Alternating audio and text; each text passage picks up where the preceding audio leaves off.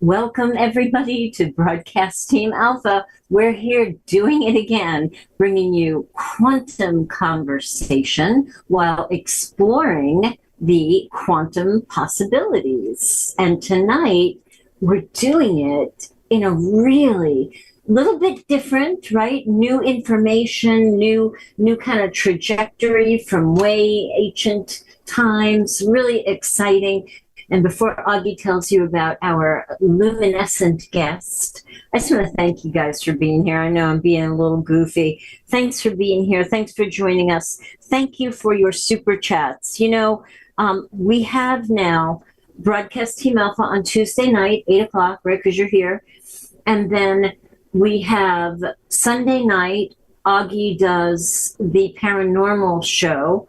And then Friday night at 7:30, we've got the Quantum Wellbeing Show. So we're really growing. And if you don't know about our Mastermind Connection, which that takes up 3 separate nights, a day and 2 nights, we've got a lot of stuff growing and building. So if it's in your heart's highest good, and if it's in your means, we would so welcome, if you would throw a donation in the tip jar for us. We'd really appreciate that. And I would like to invite you to our Mastermind Connection. What is that? It is like a spiritual creation box. Okay, I'm going to talk Abraham Hicks language. It's where we all get together in our spiritual creation box, and we decide, we intend what changes we want to manifest in the world. They're benevolent. They're all benevolent. They're for the highest good. Well-being, weather patterns, helping certain people heal, helping major people heal, right? The fires, I said weather patterns. We helped a friend's wife who was just about to be put on the ventilator during COVID, during that time. So sick, was about to be put on the ventilator, and we masterminded for her. We had a beautiful visualization, and that's how it works. We work with the laws of the universe. We get a vision of seeing, I'll give you an example, of seeing John's wife healthy and healed and walking out of the hospital, right? We all imagined her. We don't even know what she looked like, but right, it doesn't matter. We still connect. We imagined her walking out of the hospital, and I've been a nurse for 150 years. People don't go from almost being put on the ventilator to being discharged the next day. That never happens, but it happened with her. And it was absolutely part of the beautiful energetic alchemy, right, and manifestation that we created. If you want to join us, we get together Monday night, Wednesday night. Those are casual nights. We watch videos and talk about them. And then we get together on Sunday where we do the actual manifestation. And it's a beautiful guided imagery. It's a meditation. And then we hang around and talk if you want to. If you want to join us, send an email to the mastermindconnection@gmail.com. Augie will send you the link, and you can come hang out with us and see if it's something you want to continue doing with us. We'd love to have you. It's so much fun. So Augie, without any further ado, please tell us about our guests. I'm so excited. Oh, yes, this is going to be so much fun. We have Saryon Michael White with us. And I know a lot of you know him already, but I'm going to say a few things for the 3 of you out there that don't. And he is a researcher into UFOs, ancient civilizations, the hidden history of the world. He is an astral traveler, and I've seen a lot of strange stuff out there. He's a contactee. That right there, being a contactee, is what gave him access to the living records, the historical records of Earth. And he teaches people how to become their own channel. He's an author, and he wrote the book Raya, Sands, and the Bridge Between Worlds. And he talks very eloquently on one of my favorite subjects, and that is the mystery schools of millennia past. And for the next hour or so, he is with us so we can brainstorm with him and learn some of these ancient secrets. So welcome to the show there, Saryon. Yes, thank you so much for having me. So good to have you here. Really exciting. Love your energy, by the way. So you have an incredible amount of knowledge, and we've highlighted so many things that we want to talk about. Before we get started, and this helps people get to know you a little bit, like what was your pathway? What was your trajectory that led you to here? Did you have like unusual experiences when you were a little kid that kind of foretold that you had these gifts and you were going to end up here? Or how did that go for you? Well, I did have a lot of things that happened in childhood, but I think like a lot of us, I shut down and forgot quite a bit of it. By the time I was 7 years old, I noticed that something had changed. I had lost touch with the knowledge that I came in with. And so from about 7 years old on to about 16 or 17, so about 10 years, I was kind of in this wondering. I still had very vivid, lucid dreams. So it gave me this interesting impression of like, which is more real, physical reality or the dream world? And you know, what's going on in the dream world? Does it extend past my own imagination? Is there a larger reality out there that I'm connecting with? Especially when you dream of going back to the same places over and over again. So I had these kinds of questions stewing in my mind about the real nature of reality. I was a very inquisitive person. But I knew that I had lost touch with something, and I tried always to figure out what it was. Like, did I used to remember all my past lives and then I shut down and forgot? So I started asking really deep questions and probing for answers.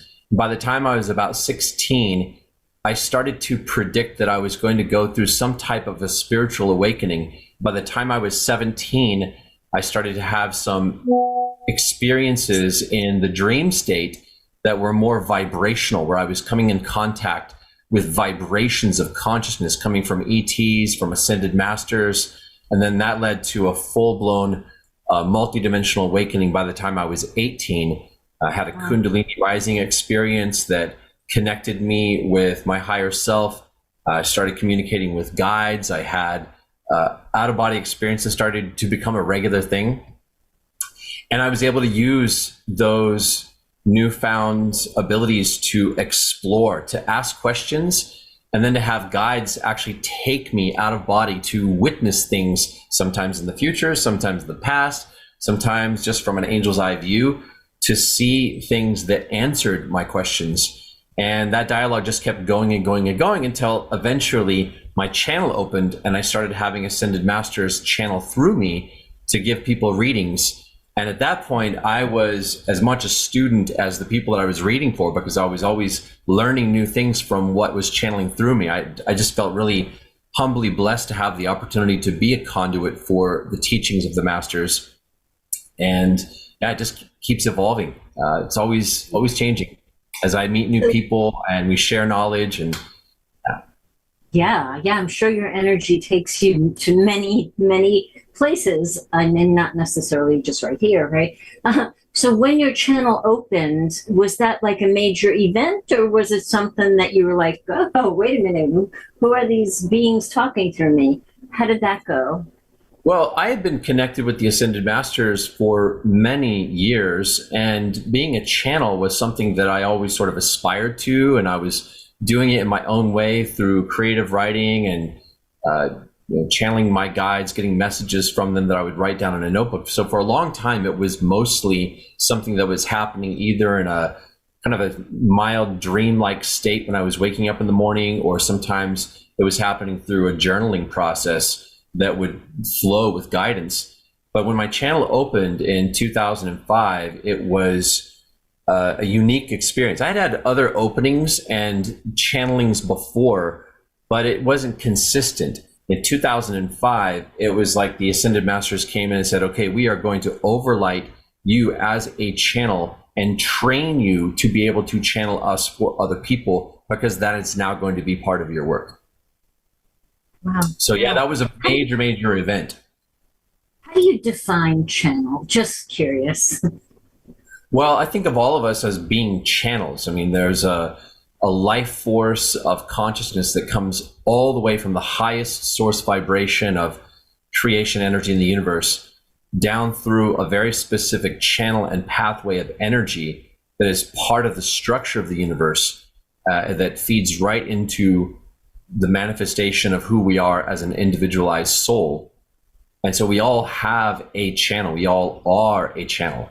But the process of channeling is one of sort of opening the valve just a little bit more, and sometimes allowing a presence of consciousness from other guides, or sometimes it may just be a form of healing energy, light, love, qualities of consciousness that are coming from a more pure source that can just blend with us and merge with us and channel through us. Yes, beautiful. I love that. And it seems like more and more, and well, of course, everything is accelerated right now, and the veil is lifting, right? So, allegedly. Right. So more and more people are opening to their potential to channel, which I just think is amazing, just amazing. But I would just like to shift gears a little bit, and you've got vast knowledge and understanding of ancient civilizations and the mystery schools. I'd love to go down the mystery schools path if you feel like it. Absolutely. I'd like to start by saying that we have vast knowledge, because any knowledge that I've ever tapped into, it's part of a library of vibrational memories and knowledge that is part of our inheritance. It's part of a line than it is anybody else. And the fact that I have gained a measure of access to that, that is just so that I can be a catalyst for others, who can be a catalyst for others, who can be a catalyst for others. Because it's something that was designed and meant to awaken within all of us eventually, but especially certain people that are more primed and ready to be a part of these waves of activation that are opening up. So yeah, the mystery schools is a really hot topic. I see more and more people exploring this, especially the ancient Egyptian mystery school, which is where a lot of my personal experience and knowledge comes from. So my favorite. Yeah. Interesting with Egypt, it's kind of confusing because the traditional view is that the Egyptian civilization sort of flourished and came into being in a certain time frame, about 5,000 to 6,000 years ago. And that to me is just the sort of next awakening of the civilization in Egypt. There was an earlier one that laid the foundation for the one that Egyptologists associate all of those megalithic structures with. But a lot of those structures were created in an earlier time, and they were inherited by the dynastic Egyptians, in some cases refurbished, in some cases degraded by what they did. But still, there's an earlier time, probably going back more like 12, 13,000 years ago, when a lot of these structures and their purpose were starting to be laid out to create a foundation for a great awakening that was known was going to come in our time. So when the ancient Egyptian mystery school that I commonly speak about and that we're all talking about, that was approximately 6,000 years ago, and it laid the groundwork in a way for the emergence of many different wisdom lineages and traditions and forms of ancient knowledge that went out and influenced the world's religions. A lot of the sacred knowledge that influenced many different awakenings and spiritual movements, both directly and remotely, because it was holographic in nature. What was happening in the mystery schools, it was affecting things on the other side of the planet. It was an awakening that echoed out and touched many different time periods. In fact, it's still happening. So what the ancients, the remnants of Atlantis set up with some of these pyramids and temples, and what they were designed for as instruments of higher consciousness to help uplift consciousness. When that got inherited and the earth reached a certain position in the heavens where the influence of certain star groups was able to start reactivating the purpose of some of these temples to bring in more light that could be harnessed through the process of these spiritual initiations that were taking place in the mystery school. When that started to happen, it was a whole new awakening that set up a framework for part of the awakening that is happening now. And I'll briefly tell you how that works and why it works the way that it does. And then I'm happy to take any questions. So it was known that there was going to be this moment of cosmic opportunity that would take place in this time period, that the earth was going to be flooded with light once again, even more profoundly than it was during the time of the mystery school itself. And that there was going to be a need for the humanity of this time period to be supported into these other levels of awakening, to tap into this light, to begin to integrate light back into our bodies and to hold it as a community vibration that could awaken the rest of the world. So it was known that there would be people like us that would feel drawn to be emissaries of light and to anchor light into our bodies, to want to climb the ladder of vibrations once again, as we had done in ancient times. And so it was also known that we weren't all going to be collected together in one place where we could start out in one community and build this field together and extend it out in a way that had a strong foundation of community to begin with. It was known that we were going to be spread out all over the place, born into societies that did not support us to be in an awakened state, carrying light. A lot of us came in carrying light, and that light got just beaten out of us, and there was a lot of, let's say, insensitivity in our psychological environment, not supporting us to be in a more open, vulnerable, sensitive state of awareness and connectedness with light. So, all of these things were known.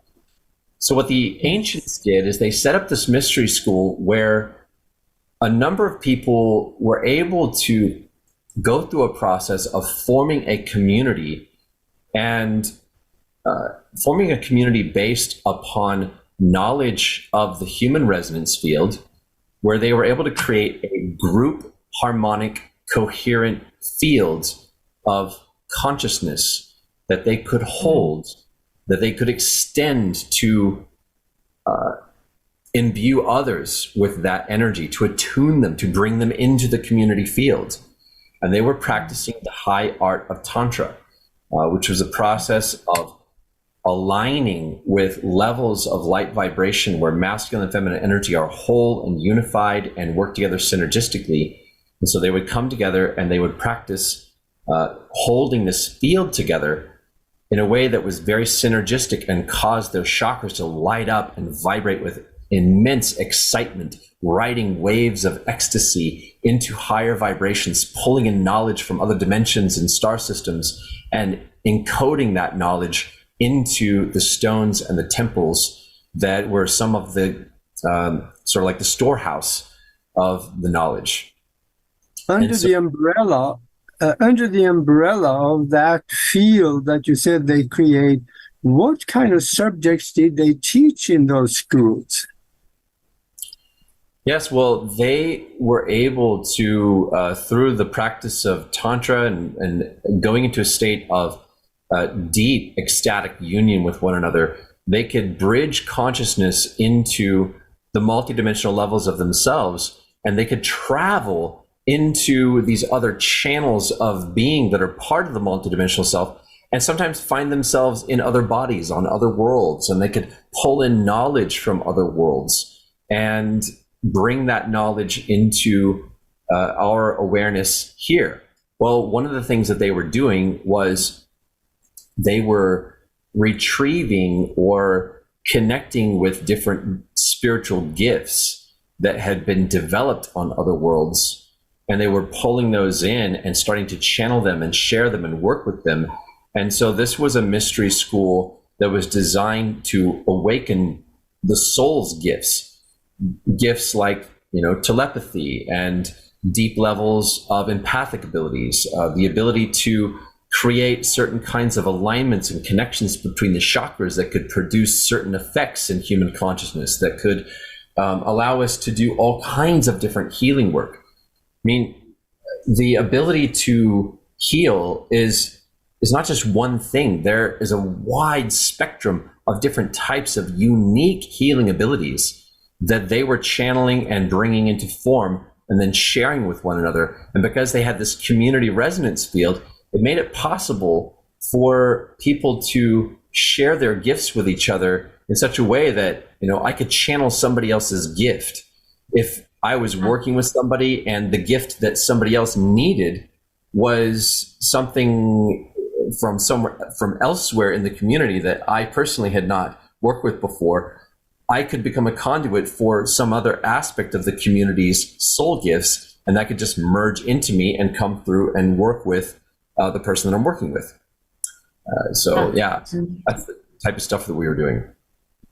That's amazing. So I'm imagining that when that sort of transference, transaction, whatever we would call it, where you kind of took on somebody else's modality from another planet, that was all within the container of that ecstatic vibration, that ecstatic harmonic vibration. That's like the gel that held everything together, right?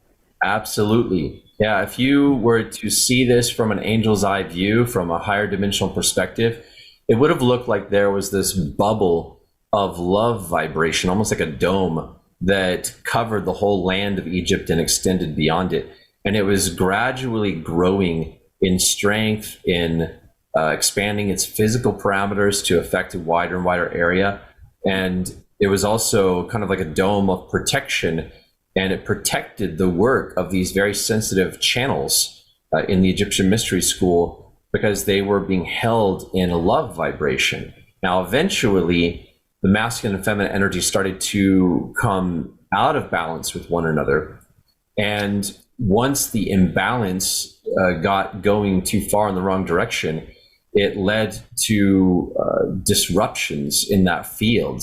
It weakened the protection. It caused a polarization to start taking place, which was also part of the plan, because that was how we were going to draw in our wounded masculine and feminine selves from different places in the galaxy to come in and participate in attaching themselves to the polarized aspects of the field, so that it would imbue that into the Great Pyramids, and it would create a special kind of setup and an initiation that would be picked up in this time period. Because in order to ascend back into these other levels, we have to now clear the things that we drew in and attracted into the polarized version of the mystery school. These so mystery schools, Go ahead. mystery schools has been around a very long time. And I'm wondering, where did the information originally come from? Could it have come from Atlantis, let's say, when the last islands went down about 30,000 years ago and they went to Egypt? Could it have come from there? Because I know they were doing these kinds of things in Atlantis.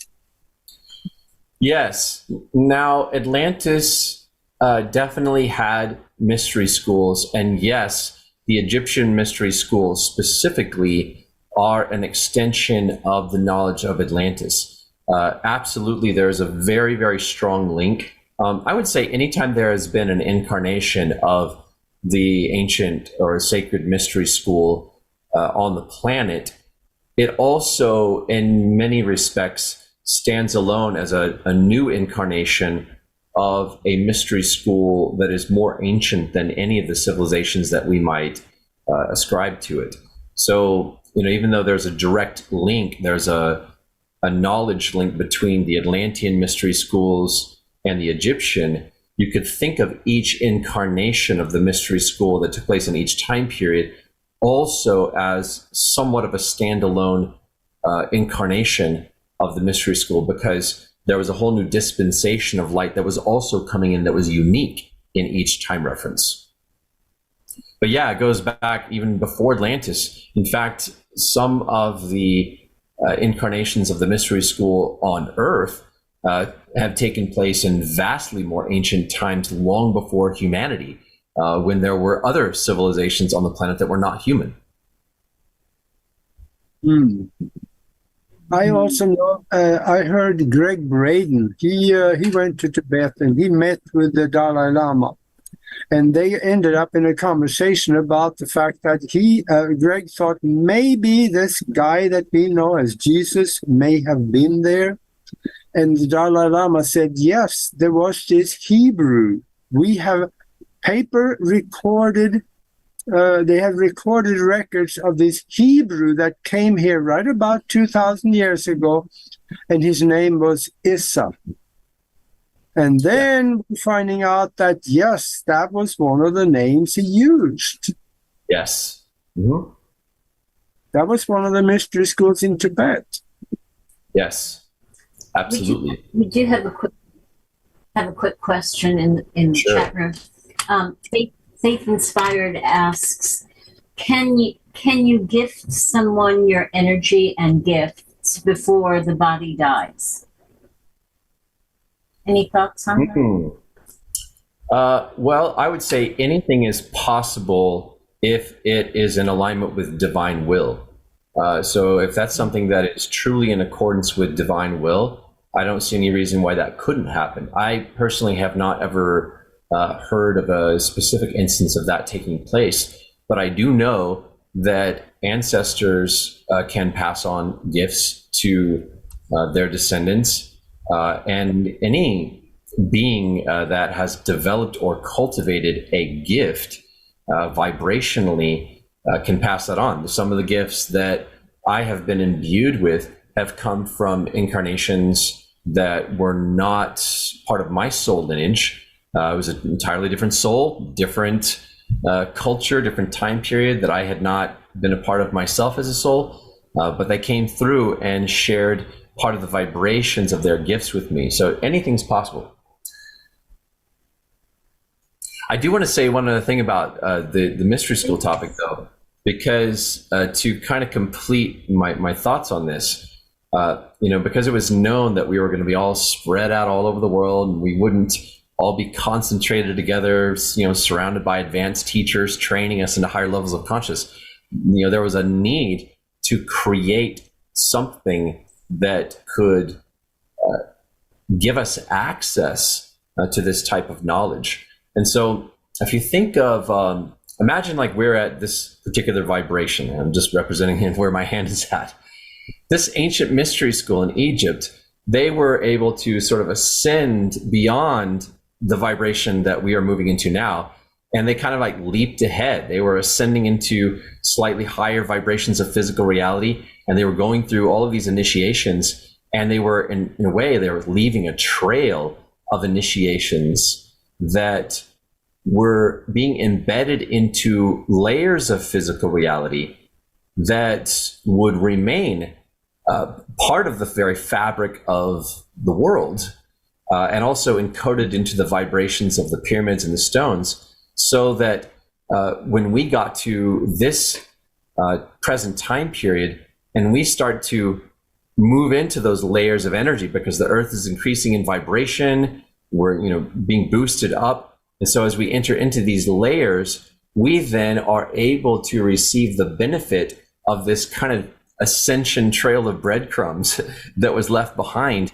And some of the initiations that were taken in those Egyptian times were taken for all of us on behalf of humanity, because the awakening that was taking place in those high-level initiates was an awakening that was designed to echo out into the future, to gift us something that would benefit us. And I had personally a direct, real experience of that just a couple of months ago at the last Sedona retreat that my partner and I facilitated. We had a group of people come together, and it was quite surprising because Thoth, one of the ancient Egyptian and Atlantean masters and teachers of the mystery school, he came through and he described how the Egyptian masters are now beginning to extend a healing platform. It's like a vibration and a vibrational space that comes from beneath the earth in these the inner sanctums of the masters beneath the land of Egypt, and where there are still temples that exist at a higher vibration. I mean, they're there physically as well, but the masters are there at a higher vibration. They're able to extend this healing platform out to us to connect us with some of the benefits of the initiations and the healings and the clearings that already took place thousands of years ago, but created a pathway for our awakening now, so that we're not starting from scratch in this current awakening ascension process. We're able to inherit things that were already laid out for us. And so one of the things he said was that during the mystery school initiations, people would go through an experience where they would clear all of their self-conflict. They would have to address wherever they had internalized a form of self-conflict, and they were able to achieve profound breakthroughs in consciousness where they transcended self-conflict and purged it from their consciousness and lived life without it, anchoring in that human potential and imbuing it into stone, such that now that we're at this vibration, the stones are beginning to speak to us, to share with us the memories of this human potential that we can now choose. So imagine that you start to become aware of what a detriment it is to be in conflict with yourself in any way. And you get serious about wanting to clear that. Well, what if you just receive the support of human beings who have already done that, and to receive their encouragement to align with their experience of transcending conflict and allow that experience to reflect inside of your body and consciousness in a way that reveals that aspect of your potential, which is a potential everyone has. We all have the potential to transcend self-conflict. So Thoth gave us this opportunity to receive a clearing. And I was surprised because when I woke up that morning, I felt so much self-conflict come up inside of me. I was wondering, like, wow, how am I going to be able to channel this retreat today? Because I felt and where is this coming from? Like, this is coming out of nowhere. I couldn't understand at first, why was I feeling this? There wasn't even anything that had triggered it, but suddenly I was face to face with some of the deepest energies of self-conflict. And then Thoth came in. I think he was the first master that channeled through me that day. And he said that we were in the midst of a clearing because they were extending this healing platform and offering for us to receive from the benefits of those that had cleared all self-conflict. And that's why that energy was coming up. It was actually part of a healing process. And over the course of several hours, that energy came up and out. It didn't just come up, it came up and out, and it released. And I want to say at least some measure of self-conflict that I had been living with for my whole life since childhood, it just got resolved in a very graceful, beautiful healing ceremony. Not that I'm 100%, clear of it, but it's we take these steps, and every time we take one, we're hopefully making it easier for other people that are coming after us in this process. Absolutely. You mentioned also just a little. Oops, I'm sorry, Nari. Go ahead. You mentioned that the stones will talk to us. It sounds a little far out there, but there is some science behind that. Because I know that they have done experiments with putting voice and pictures into crystals. And they get deposited just like you would deposit them on a computer. And they were able to retrieve them. In fact, also, they were able to retrieve them in form of mental images, which is more telepathic. So what you're saying right there, there is science behind it, and that works.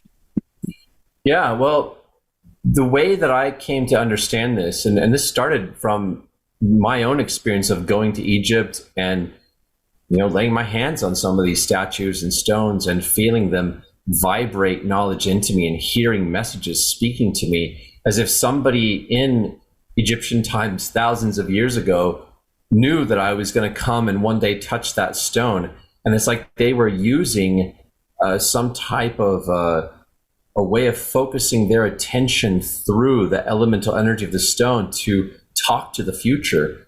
And they could see me there. They were speaking to me about who I am and what I came here to do and what my connection to Egypt was. So I've had my own experiences of this, both physically and remotely, because there's even more that came to me after visiting Egypt. But my understanding of it is that they knew several different things. And this is some of the ancient knowledge that I believe came from Atlantis, which is that human wisdom lineages can be broken. Somebody can die unexpectedly before they passed on their knowledge. They knew that human wisdom lineages can, the knowledge can become corrupted as we move through ages of light and dark. And so in order to pass on knowledge to the future, they needed to pass on their knowledge to beings that did not die. And so they started working with the elementals of nature, elemental beings that live inside the construct of matter, that inhabit the stones and the crystals and the mountains and the rivers, and that can be entrusted with information. And that was something they utilized. They built these temples knowing that the temples would house various types of beings that were being welcomed into those temples as memory keepers. They knew that there are certain types of elemental beings that specialize in receiving and holding memories and making them accessible in the same way that we would store information on a hard drive. Except it's happening in the natural world with beings that are far more conscious, ancient, multidimensional, and accessible to us throughout all the ages. So they knew what they were doing when they built these temples and encoded the information into them. Love that. I love that. And you, of course, are a channel, and now you're helping people to open to being a channel themselves. What does that look like? How does that work? If I wanted to come work with you, how would that be? Yeah, well, there's a number of different things that I have been doing. I was doing private readings for people for, almost 17 years. And I would introduce people to who their spiritual guides are and help them make the connection. And sometimes I would even work with somebody over a series of sessions to develop the connection. That's something that I was doing one-on-one for a lot of people. And I also have taught courses. I've kind of transitioned away from doing the private sessions for a while, and I'm developing other tools like there's a master class that I'm developing now for breakthroughs in channeling, making breakthroughs in your ability to channel your guides. I have developed a free course. Kind of did this during the pandemic. I knew there's a lot of people stuck at home, and maybe some people want to use some of that free time to practice opening their channel or explore the topic a little more. So I created 13 lessons. It's like a learning to channel course, and that is at channelingnow.com. So people can go to channelingnow.com/register and sign up for that. So there's a free learning to channel course, and there's a whole montage of video teachings from other channels giving their tips about the process of opening to channel. And that's just phase one. There's a phase two coming, in the not too distant future. I'm working on that now. And I just finished creating a guide that links a number of different video and audio resources that I've developed together. And that is going to be available on my website very soon as well. I was trying to have it done by the time I got to this interview, but I'm still tweaking a few things. But check back on my website, saryon.com, and you're going to see that available very soon. So yeah, I'm really excited about training more people, not just how to channel, but how to give readings. And I want to pass on, 17 years worth of knowledge and experience to people that want to go down that path themselves and learn how to be a student of the masters and the angels as a channel for other people. So yeah, people come to my website and join one of the lists that are there, then they'll be able to be in line for when that comes around. Great. That's wonderful. You have also learned how to access the living records of Earth. How do you perceive those living records? Is it mental connection? Is it visionary? Or do you see it in a pool? Or how do you get the information from there? Well, I think that all of our minds have the ability to collapse distance. When you start to think in terms of there being, no space, no time, that the mind is capable of bridging any gap, as if all things are present, that our aura has the potential to reflect knowledge from anywhere at any time. And so all the records of life in the universe are accessible to us. It does help to learn meditation. As you know the value of meditation. So learning how to meditate and to be able to go into a deep state of relaxation and, more importantly, receptivity, that is very, very useful. However, it's not entirely essential to develop the connection to the living records, because this is part of our birthrights. It's actually part of our bodies. We're really learning how to access information that is stored in our DNA, and that's something that is in a process of awakening inside of us. So I would say that a lot of my experiences of accessing records is not something that I initially had any control over. It's not like I developed this as a skill.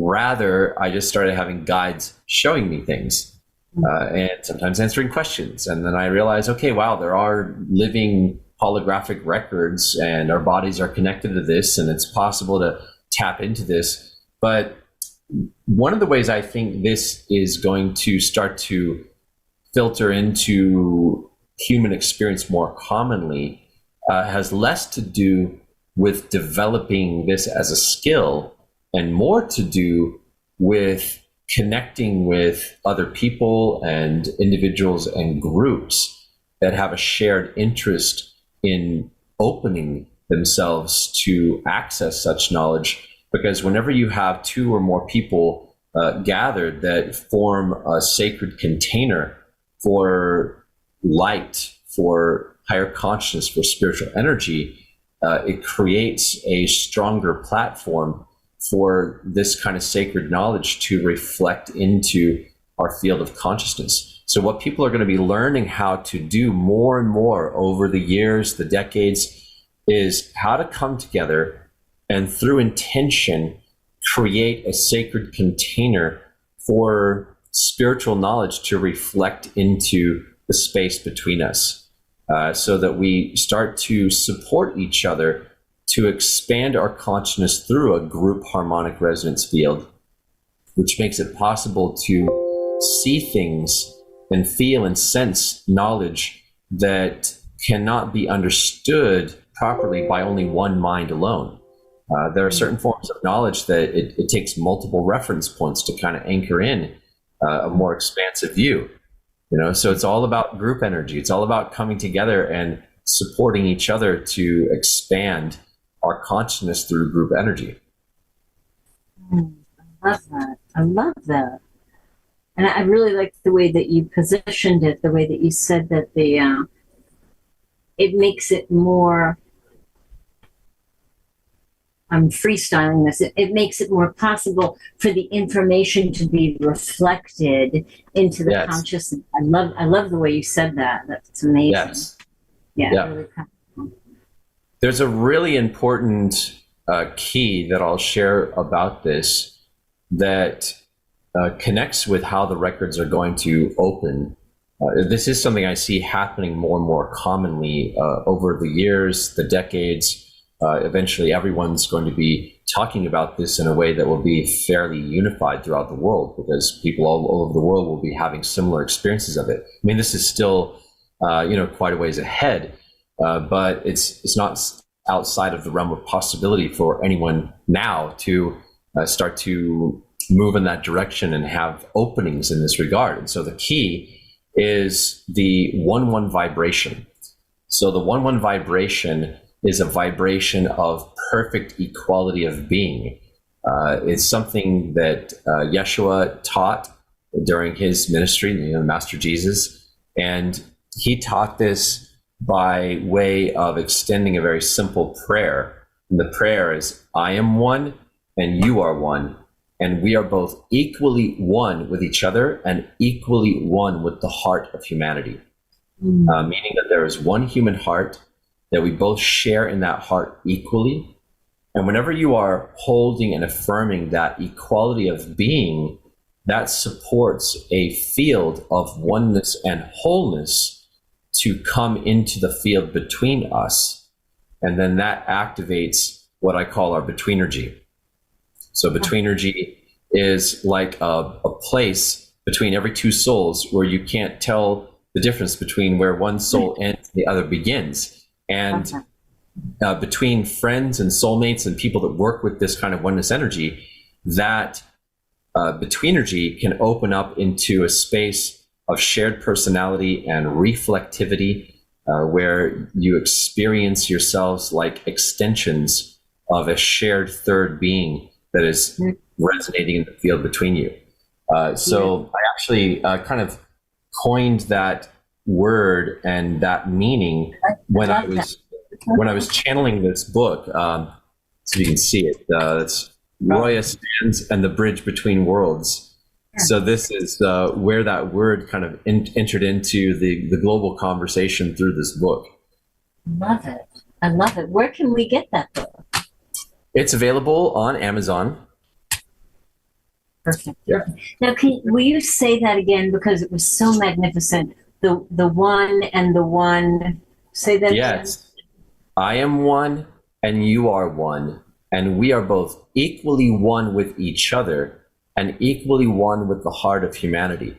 Those were words that, I mean, this is the English translation that filtered into my consciousness, but these were words that were originally spoken by Yeshua, 2,000 years ago, that I was shown in the living records of his life and teachings. It was actually St. John that was speaking the words that Yeshua had instructed him to speak to people in the memory where this comes from.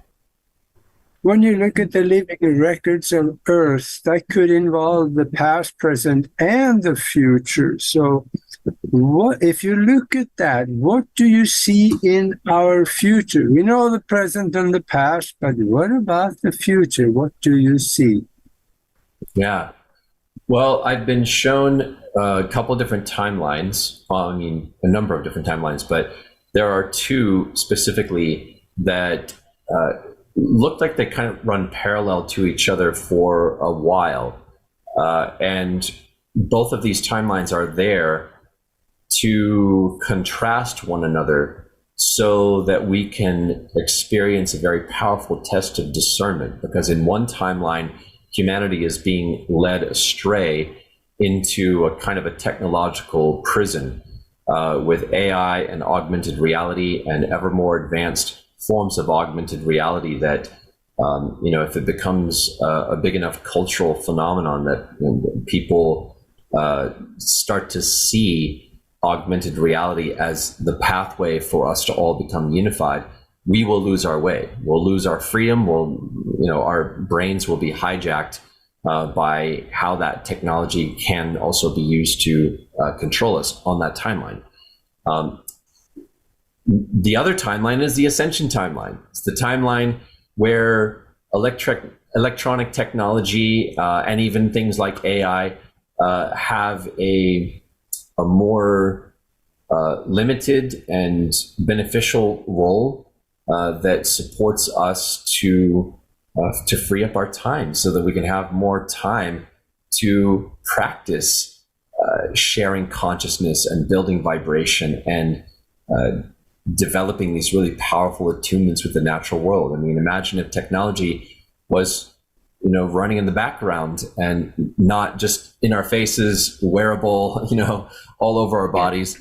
And instead, it's being used. AI and automation is being used to create the resource of time for everyone in a way that everyone benefits, not just people who want to use it to increase their bottom line.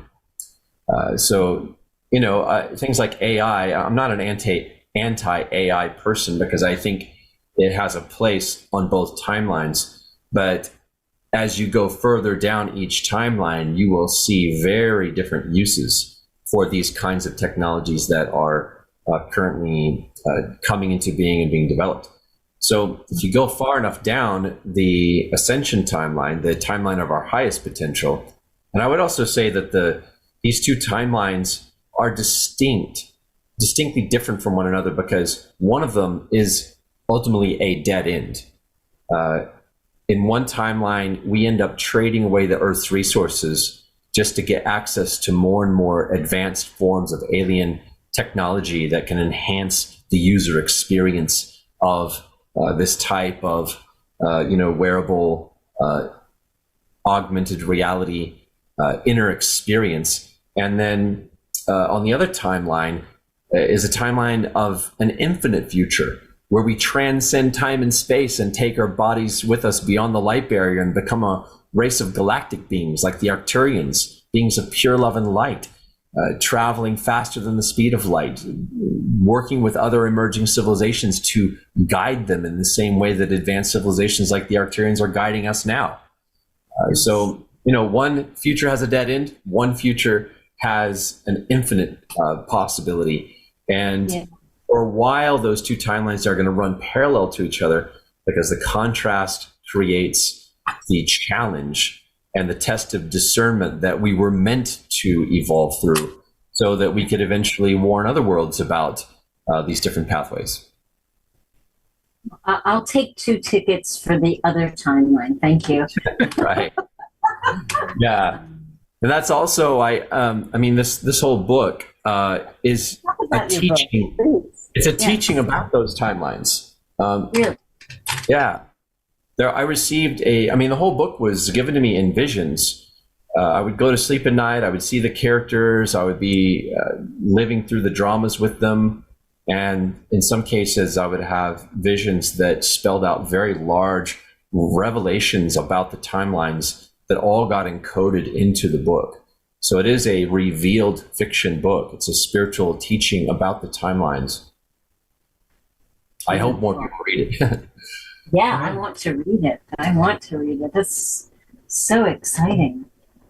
It's even more relevant now because some of the things that the book predicts, the book was published in 2018, but it talks about things that had not happened on the timeline yet.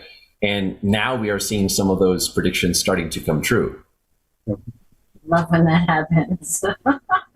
Love when that happens. Augie, you were going to say something. Okay. Yeah, when you're talking about that, it's coming through. That reminds me of a saying that America will definitely have an enormous shortage of conspiracy theories because they're all coming true.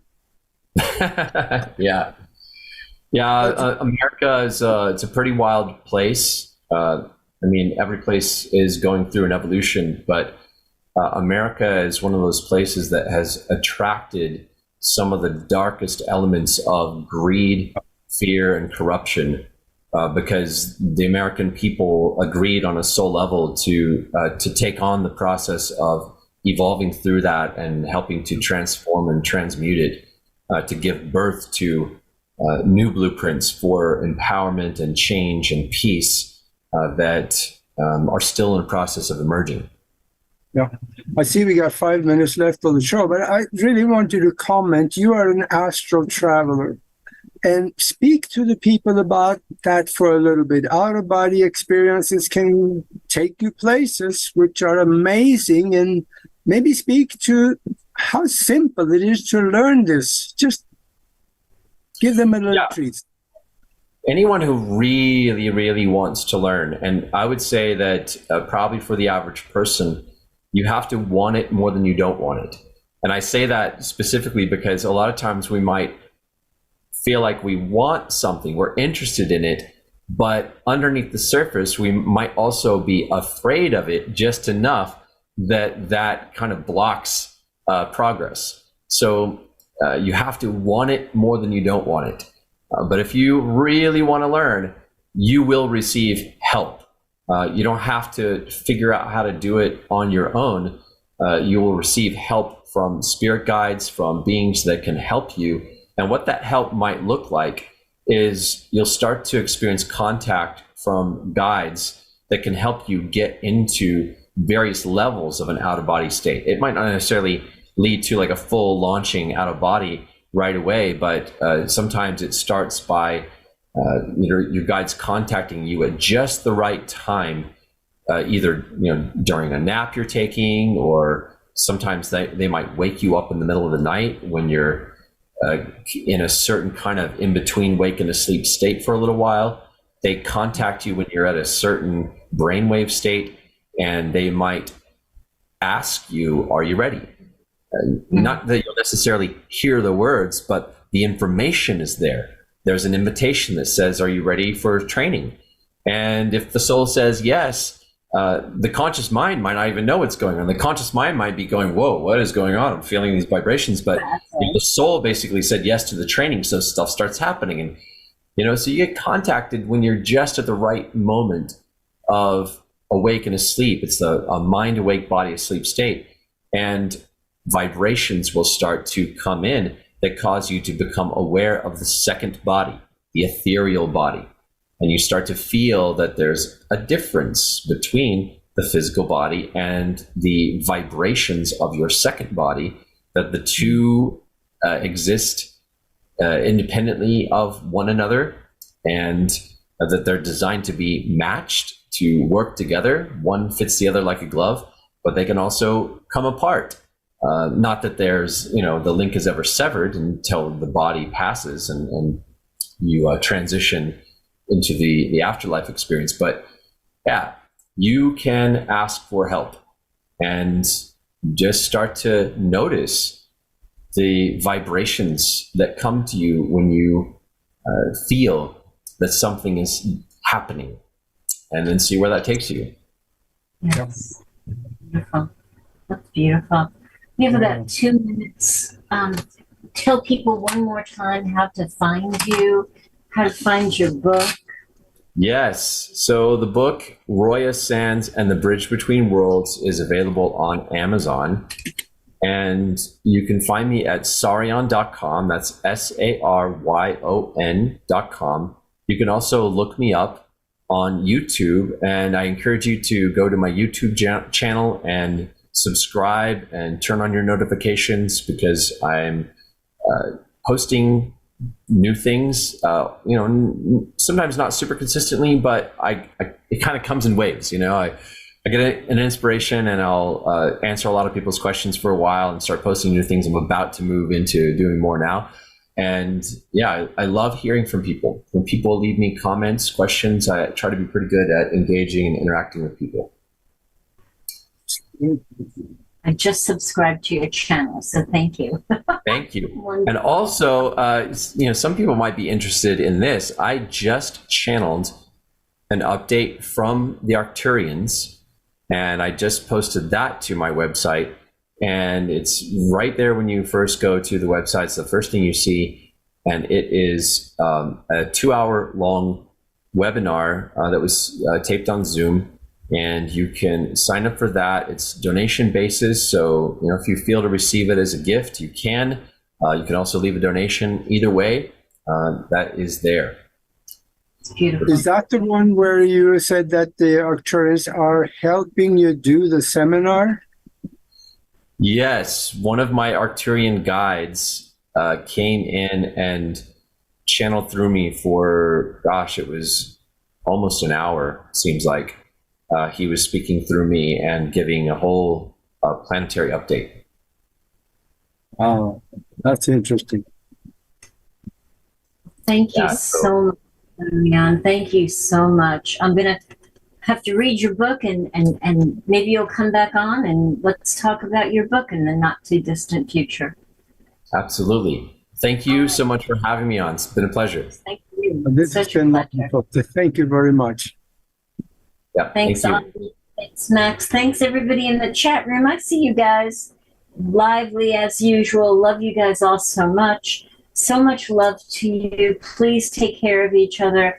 And we'll see you either Friday night at 7:30 for the Quantum Wellbeing Show. It's only a half hour. It's just a little blip. It's about everything quantum well-being. Last week, we talked about what do women want in relationships. I'm not sure what the topic is this week. We might talk about what men want and then bring it together.